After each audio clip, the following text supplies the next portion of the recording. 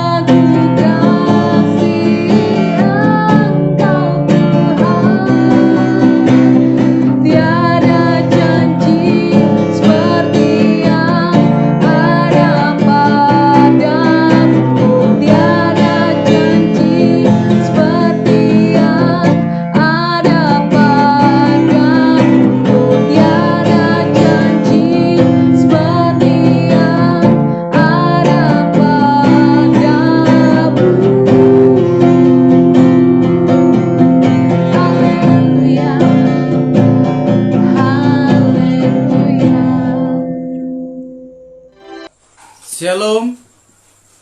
Hari ini saudara, kita sebagai anak-anak Tuhan selalu bersyukur dalam hidup ini karena kita merasakan bagaimana perlindungan dan penyertaan Tuhan senantiasa kita rasakan dalam kehidupan kita. Sebelum kita mulai, sebelumnya kita akan berdoa. Kembali kami mengucap syukur atas segala kebaikan-Mu di dalam hidup kami. Kami ada sebagaimana kami ada itu semua karena Tuhan. Kami bersyukur Tuhan, di mana penyertaan Tuhan, perlindungan Tuhan senantiasa kami rasakan begitu besar dalam hidup ini. Tuhan sebagai anak-anak-Mu yang selalu rindu, haus, lapar akan kebenaran firman-Mu. Saat ini Tuhan kami duduk, merendahkan hati kami, rindu kebenaran firman-Mu. Urapi kami Tuhan, berikan kami telinga seorang murid. Biarlah ketika firman Tuhan disampaikan betul-betul kami memahami dan melakukan dalam setiap kehidupan kami. Kami percaya kami adalah orang yang berbahagia. Hamba yang Kau pakai pada malam ini, urapi hamba, kuduskan hamba, layakkan hamba. Biarlah Engkau saja yang dipermuliakan. Terima kasih Tuhan. Kami siap untuk mendengarkan kebenaran firman-Mu. Dalam nama Tuhan Yesus. Haleluya. Amin. Puji Tuhan saudara yang kekasih. Malam ini kita akan bersama-sama belajar kebenaran firman Tuhan yang terdapat di dalam Galatia. Galatia pasalnya yang kelima, ayatnya yang pertama, satu ayat saja saudara. Supaya kita sungguh-sungguh merdeka, Kristus telah merdekakan kita. Karena itu berdirilah teguh dan jangan mau lagi dikenakan kuk perhambaan. Sekali lagi saya katakan bahwa orang yang merdeka adalah orang yang bebas dari kuk perhambaan. Jadi tidak ada lagi belenggu dosa, tidak ada lagi yang mengikat di dalam kehidupannya. Karena kita percaya bahwa setiap kita orang percaya, orang Kristen sudah dibebaskan dari kuk perhambaan oleh belenggu dosa. Oleh kematian Tuhan Yesus di atas kayu salib. Itulah suatu kemenangan buat kita. Kita sudah dibebaskan, kita sudah dimenangkan dari segala belenggu dosa. Dan saudaranya, jadi saudara kalau masih hidup dalam belenggu dosa, saudara masih hidup dalam kuk perhambaan, berarti saudara belum merdeka. Nah, kita akan bahas bersama pada malam ini bagaimana orang yang hidup dalam belenggu dosa atau kuk perhambaan. Jadi kuk perhambaan itu saudara di sini saya tuliskan ada berapa bagian. Yang pertama yaitu belenggu dosa, dosa perzinahan. Jadi orang kalau masih terikat dalam perzinahan berarti belum merdeka. Belum mengalami yang namanya kebebasan. Masih hidup dalam kuk perhambaan, belenggu dosa itu. Siapapun kita hari ini, kalau masih kita terikat oleh dosa perzinahan, hari ini kita berdoa dan kita mau katakan Tuhan saya mau keluar dari belenggu dosa perzinahan ini. Karena hari-hari ini saudara, saya melihat adalah hari-hari yang begitu jahat. Justru banyak anak-anak Tuhan banyak terikat dalam perzinahan. Anak-anak muda banyak terikat dalam perzinahan. Bahkan dikatakan juga banyak orang tua terikat dalam perzinahan. Saudara belum dikatakan merdeka kalau masih terikat oleh kuk perhambaan, yaitu dosa perzinahan. Kemudian apalagi belenggu dosa yang selalu mengikat kita, yaitu dosa kemabukan. Nah ini, masih banyak hari-hari ini orang hidup dalam kemabukan. Tiap hari dalam pesta pora, dalam kemabukan, ini adalah dosa kuk perhambaan, belenggu-belenggu dosa yang masih mengikat orang-orang Kristen hari-hari ini. Apa gunanya kematian Tuhan Yesus di atas kayu salib kalau hari ini engkau masih memberikan dirimu diikat oleh kuk perhambaan, yaitu belenggu dosa itu? Kalau kau masih hidup dalam kemabukan, berarti kau masih hidup dalam kuk perhambaan. Masih terikat kehidupan kita ini. Padahal Tuhan Yesus sudah membebaskan kita dengan kematian di atas kayu salib itu. Dikatakan barang siapa yang percaya kepadanya tidak akan binasa, melainkan beroleh hidup yang kekal.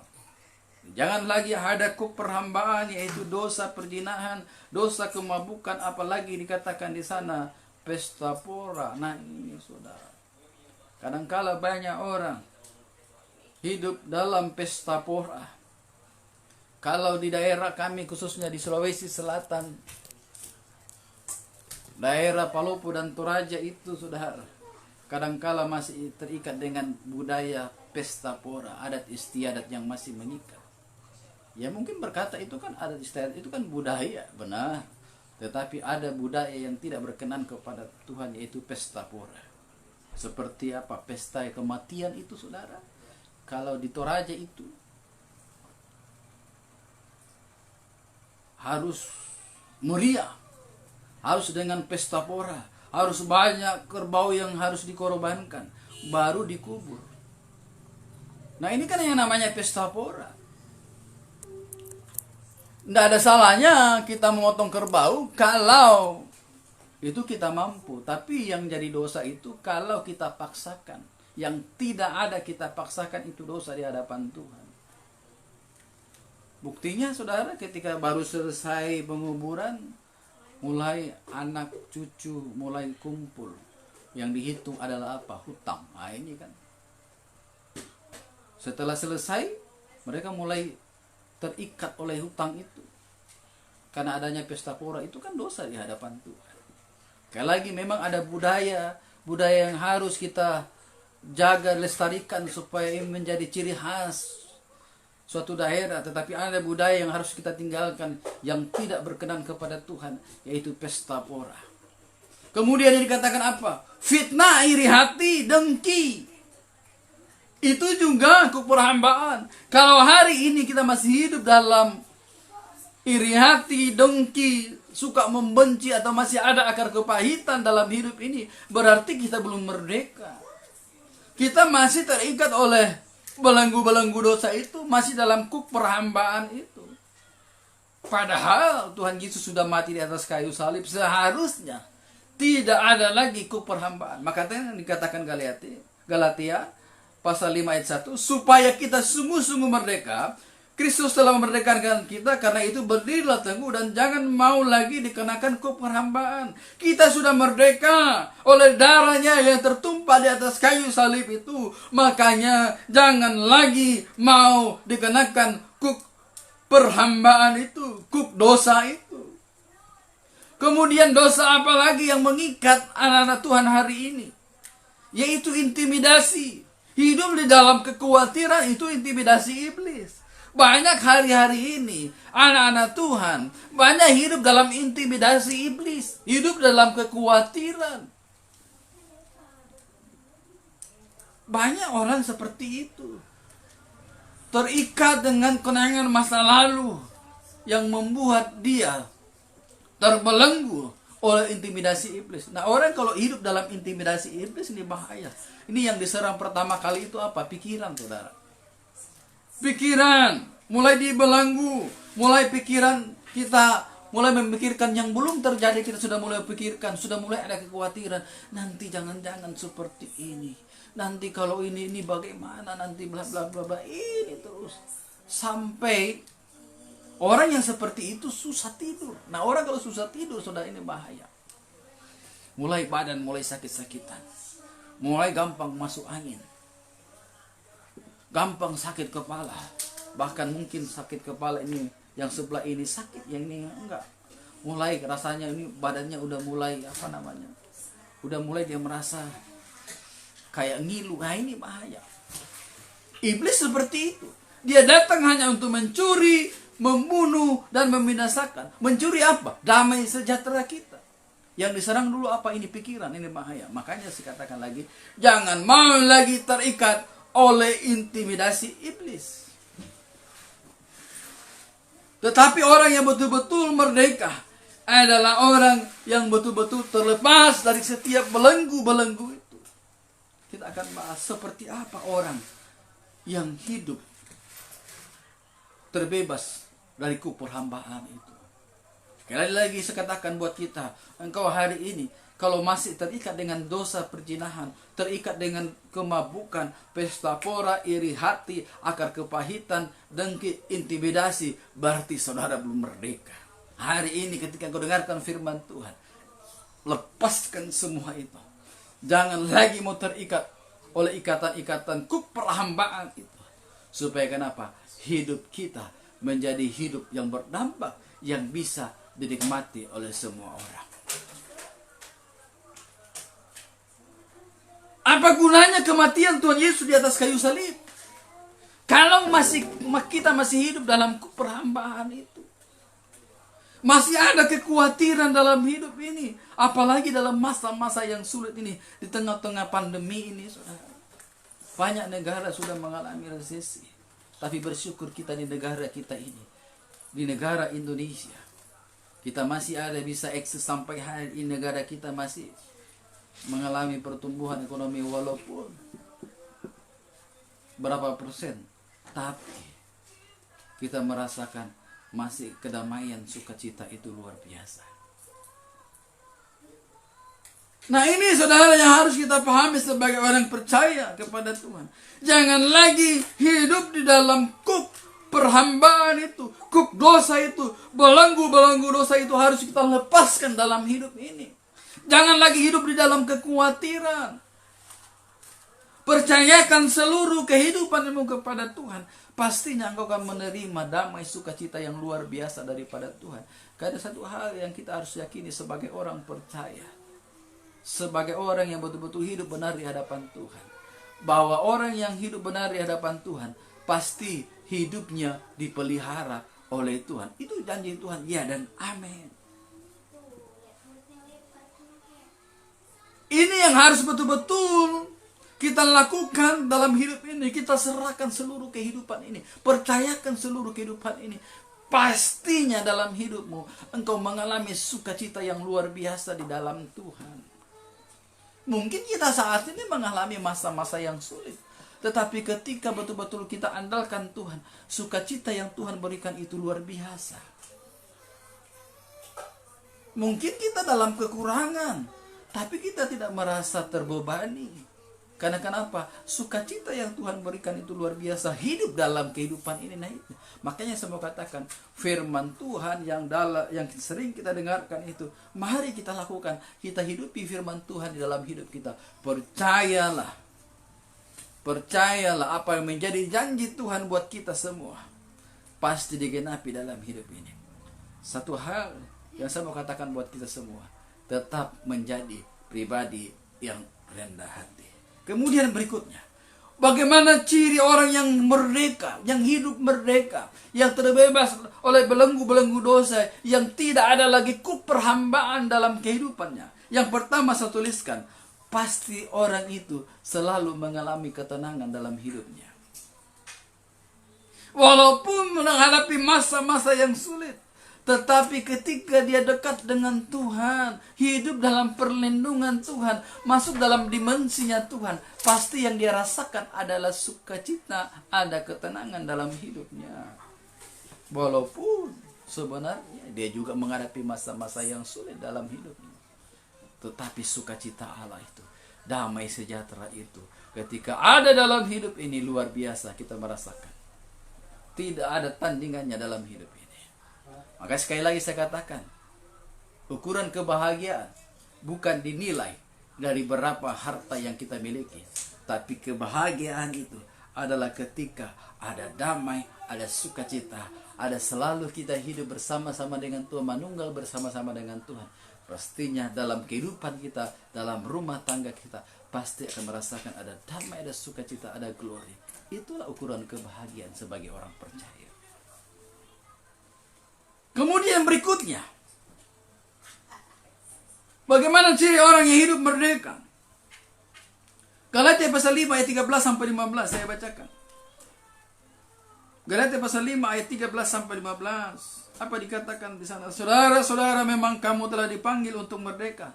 Tetapi janganlah, apa dikatakan, kamu mempergunakan kemerdekaan itu sebagai kesempatan untuk kehidupan dalam dosa, melainkan layanilah seorang akan yang lain oleh kasih, Sebab seluruh hukum Taurat tercakup dalam satu firman ini, yaitu kasihilah sesama manusia seperti dirimu sendiri.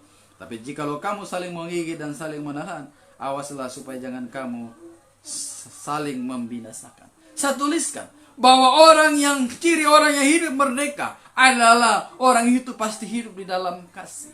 Wow. Selalu ada kasih dalam kehidupannya.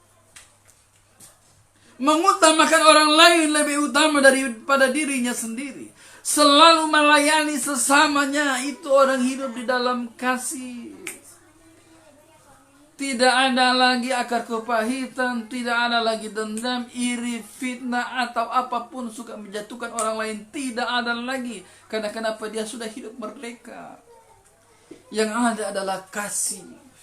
Mengutamakan orang lain lebih utama daripada dirinya sendiri. Perhatikan ayat 13, 15. Tetapi jikalau kamu saling menggigit, nah berarti saudara, kalau ada orang yang suka menggigit, ada orang yang suka menjatuhkan, ada orang yang suka mencemooh, ada orang yang suka memaki, ada orang yang suka memfitnah, ada orang yang suka merendahkan, berarti orang itu belum merdeka dalam kehidupannya. Berarti orang itu masih tidak belenggu, masih diikat oleh belenggu-belenggu dosa, masih hidup dalam kuk perhambaan itu. Sekali lagi, jangan katakan aku merdeka kalau engkau masih membenci saudaramu. Jangan katakan aku sudah merdeka kalau engkau masih menyimpan akar kepahitan di dalam hidupmu. Kemudian dikatakan saling menelan. Awaslah supaya jangan kamu saling membinasakan. Nah ini. Kalau masih ada iri dengki, mau menjatuhkan orang lain dalam kehidupanmu, itu berarti kita masih hidup dalam kuk perhambaan, dalam kuasa iblis itu. Hari ini ketika kita dengarkan firman Tuhan, betul kita pahami firman Tuhan, mari kita bebaskan kehidupan kita, diri kita dari setiap belenggu-belenggu dosa yang selama ini masih mengikat dalam kehidupan ini. Saudara, saya bersyukur dalam minggu-minggu ini saya mendengar kabar sukacita. Ketika kami sharing, walaupun jauh saudara, tetapi ketika kami sharing betul-betul tentang kebenaran firman Tuhan.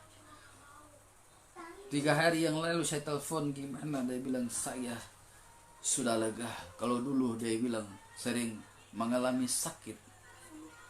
Dia nggak tahu sakitnya seperti apa, tetapi itu kayak ada suatu ikatan yang membelenggu dia sehingga dia susah untuk bernapas.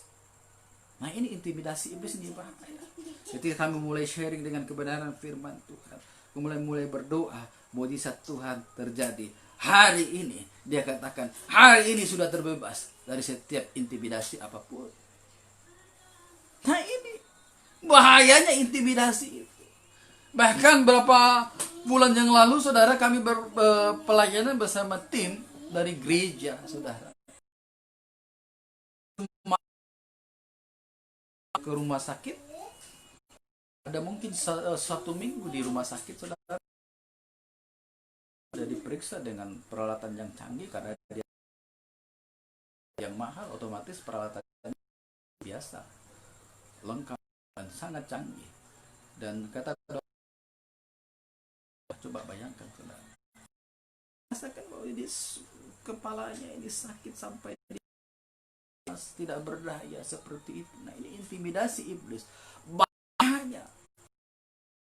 Kami bersama jangan mau lagi diintimidasi oleh iblis. Dan kemudian saudara, dia minta supaya didoakan bersama tim. Kami berdoa bersama-sama. Puji Tuhan, sampai hari ini suaminya katakan istrinya sudah sembuh. Itu karena Tuhan Yesus yang sudah sembuhkan. Amin. Jadi jangan lagi mau terikat oleh intimidasi ini. Hidup dalam kekhawatiran, putus asa. Nah ini tanda-tanda bahwa kita hidup oleh perhambaan, oleh siapa? Oleh iblis itu yang mengintimidasi kehidupan. Iblis itu berusaha untuk mencari celah dalam hidup ini. Ketika kita buka celah, dia mulai masuk untuk merusak kehidupan kita. Dimulai dari mana? Pikiran. Ketika kita sudah membuka celah, dan mulai dia masuk dalam pikiran kita, yang muncul itu adalah kekhawatiran, rasa kurang percaya diri, kemudian mulai mempersalahkan diri. Nah, muncul penyakit-penyakit. Inilah benih-benih penyakit muncul ketika daya tahan tubuh kita sudah tidak kuat lagi, saudara. Dimulai dari apa? Intimidasi iblis. Kemudian dikatakan bahwa orang yang hidup merdeka tadi selalu tenang dalam hidupnya, hidup di dalam kasih, selalu berkemurahan. Nah ini, ketika melihat orang di dalam kesusahan, dia selalu ada suatu kerinduan, ada suatu dorongan untuk membantu sesamanya. Yang orang yang betul-betul merdeka hidup dalam kasih, kasih agape itu selalu berkemurahan, selalu membantu sesamanya walaupun sebenarnya dia juga di dalam kekurangan. Itu adalah ciri orang yang sudah merdeka. Kemudian ini yang terakhir, ciri orang yang merdeka yang ketiga adalah hidup dalam roh. Ayatnya yang ke-16 sampai 18. Maksudku ialah hidup oleh roh, maka kamu tidak akan menuruti keinginan daging. Jadi saudara, orang yang merdeka adalah orang yang hidup dalam roh, yang tidak akan menuruti lagi keinginan daging. Melepaskan segala keinginan-keinginan daging dalam kehidupannya. Memang tidak instan untuk melepaskan segala keinginan-keinginan daging dalam hidup ini. Perlu proses. Saya, saudara, bertahun-tahun saya mengalami proses yang luar biasa. Tetapi satu hal yang saya mau saksikan, bahwa ketika kita masuk dalam dimensi Tuhan, masuk dalam prosesnya Tuhan, luar biasa sukacita yang kita dapatkan, tidak sebanding. Makanya sekali lagi, harta itu bukan jaminan untuk untuk hidup bahagia. Tetapi ketika kita masuk dalam dimensinya Tuhan, masuk hidup berkenan kepada Tuhan, hidup dalam kebenaran itu, betul-betul merelakan diri kita untuk diproses oleh Tuhan, kita merasakan ada damai, ada sukacita dalam kehidupan ini. Ini memang sakit, saudara, dikikis setiap kehidupan yang lama, setiap keangkuhan, kesombongan, apapun keinginan daging yang ada dalam hidup ini, itu memang tidak gampang, sakit rasanya. Tetapi betul-betul ketika kita menyerahkan seluruh kehidupan ini kepada Tuhan, wow, kita hanya berkata, Tuhan, indahnya ketika hidup bersama dengan Engkau. Itu luar biasa. Kemudian dikatakan apa? Sebab keinginan daging itu berlawanan. Itu berlawanan dengan keinginan roh. Keinginan daging itu seperti apa? Hidup di dalam apa? Percabulan, hawa nafsu, penyembahan berhala, sihir, perseteruan, persediaan di hati, amarah, kepentingan diri sendiri, pencederaan roh, pemecah, kedengkian, kemabukan, pesta pora. Itu adalah keinginan daging. Itu harus kita tanggalkan dalam hidup ini. Karena kenapa? Itu berlawanan dengan keinginan roh. Jadi orang yang merdeka adalah orang yang sudah terbebas dari setiap keinginan daging dalam hidup ini. Dia hidup dalam roh. Kemudian dikatakan, dan keinginan roh berlawanan dengan keinginan daging, karena kedua, sehingga kamu setiap kali tidak melakukan apa yang kamu kehendaki. Akan tetapi, jikalau kamu beri dirimu dipimpin oleh roh, maka kamu tidak hidup di bawah hukum Taurat. Jadi saudara, ketika hidup kita ini betul-betul dipimpin oleh roh Allah, wow, luar biasa. Yang ada dalam kehidupan ini, yang ada adalah sukacita, yang ada adalah damai sejahtera. Mungkin kita di dalam kekurangan, tetapi damai sejahtera yang Tuhan berikan dalam hidup ini tidak sebanding dengan damai sejahtera yang dunia berikan. Yang kita rasakan dalam hidup ini adalah kebahagiaan yang tiada taranya. Itu orang yang hidup merdeka. Sekali lagi saya katakan bahwa kebahagiaan seseorang bukan dinilai dari berapa harta yang dia miliki. Tetapi kebahagiaan itu ketika betul ada sukacita, ada damai sejahtera, itu selalu ada dalam hidup ini. Saudara, buat kita semua hari ini, apapun yang menjadi persoalan dalam hidup ini, sekali lagi saya mau katakan, jangan pernah lagi hidup dalam kuk perhambaan. Tanggalkan segala sesuatunya. Mari kita mulai hidup yang baru, hidup yang berkenan kepada Tuhan. Karena itulah yang Tuhan mau dalam setiap kehidupan kita. Sekali lagi, arti kemerdekaan buat kita orang percaya adalah dikatakan terbebas oleh belenggu-belenggu dosa. Tidak lagi hidup di dalam kuk perhambaan itu. Saya percaya siapapun kita pada malam ini, ketika kita melakukan kebenaran firman Tuhan, saya percaya kita menjadi orang-orang yang merdeka, orang yang berbahagia. Karena ada damai, ada sukacita, itu senantiasa ada dalam hidup ini.